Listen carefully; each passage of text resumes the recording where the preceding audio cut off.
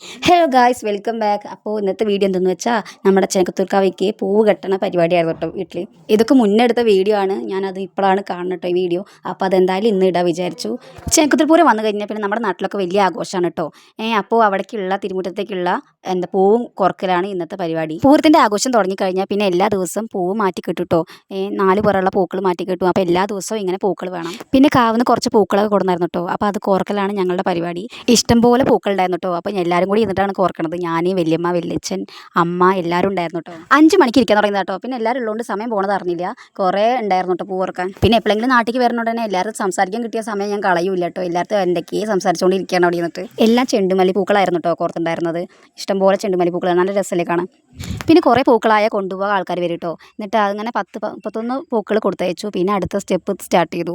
എപ്പോഴെങ്കിലും നാട്ടിലേക്ക് വരുന്നതുകൊണ്ട് തന്നെ നല്ല രസമാണ് എല്ലായിടത്തും ഇരുന്ന് സംസാരിക്കാനും ഓരോന്ന് പറഞ്ഞിരിക്കാം. ഇടയ്ക്കിടയ്ക്ക് ഞാൻ അമ്മടുത്ത് ഇങ്ങനെ ചോദിക്കുന്നുണ്ട്, അമ്മ ഇങ്ങനെയല്ലേ കോർക്കണ്ടെന്നൊക്കെ ചോദിക്കുന്നുണ്ട്. കാരണം നമ്മുടെ വീട്ടിലേക്കല്ലല്ലോ, അമ്പലത്തിൽ കൊടുക്കേണ്ട പൂവല്ലേ. അപ്പോൾ അതിൻ്റേതായ ഭംഗിയും വൃത്തിയും കൊടുക്കണ്ടേ. അപ്പോൾ ഞാൻ അമ്മയോട് ഇങ്ങനെ ചോദിക്കണം, അമ്മ അങ്ങനെയല്ലേ, വൃത്തിയായോ, നന്നായിട്ടുണ്ടോ എന്നൊക്കെ ചോദിക്കുകയാണ്. എല്ലാവരും കൂടി ഇരുന്ന് ചെയ്തുകൊണ്ട് തന്നെ പെട്ടെന്ന് അത് തീർക്കാൻ പറ്റി കേട്ടോ. പെട്ടെന്ന് പറഞ്ഞാൽ ഒരു 9-9:30 ആയിക്കുന്ന സമയം. 5 മണിക്ക് ഇരുന്നാണ് 9-9:30 ആയിക്കുന്ന സമയം. അപ്പോൾ തന്നെ കുറേ പൂക്കൾ കൊടുത്തിട്ട് കൊടുത്തയച്ചു. പിന്നെ ഈ വീഡിയോ പറഞ്ഞാൽ പൂരം കഴിഞ്ഞിട്ടാണ് ഞാൻ പോസ്റ്റ് ചെയ്യുന്നത് കേട്ടോ. അപ്പോൾ എല്ലാ പരിപാടിയും കഴിഞ്ഞിട്ട് അങ്ങനെ ഇരിക്കുകയാണ് ഞാൻ. കണ്ടോ, കോർത്ത് വെച്ച് നല്ല രസമല്ലേ. കുറേ പൂക്കളുണ്ടായിരുന്നു, ഇതിനൊക്കെ കുറേ ഉണ്ടായിരുന്നു, അതൊക്കെ കൊടുത്തയച്ചു.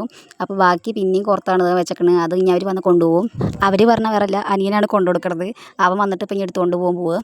അപ്പോൾ വീഡിയോ ഇത്രയേ ഉള്ളൂ. വീഡിയോ ഇഷ്ടമെങ്കിൽ ലൈക്ക് ചെയ്യുക, സബ്സ്ക്രൈബ് ചെയ്യുക, കമൻറ്റ് ചെയ്യുക. അപ്പോൾ അടുത്ത വീഡിയോ കാണാം. Bye bye.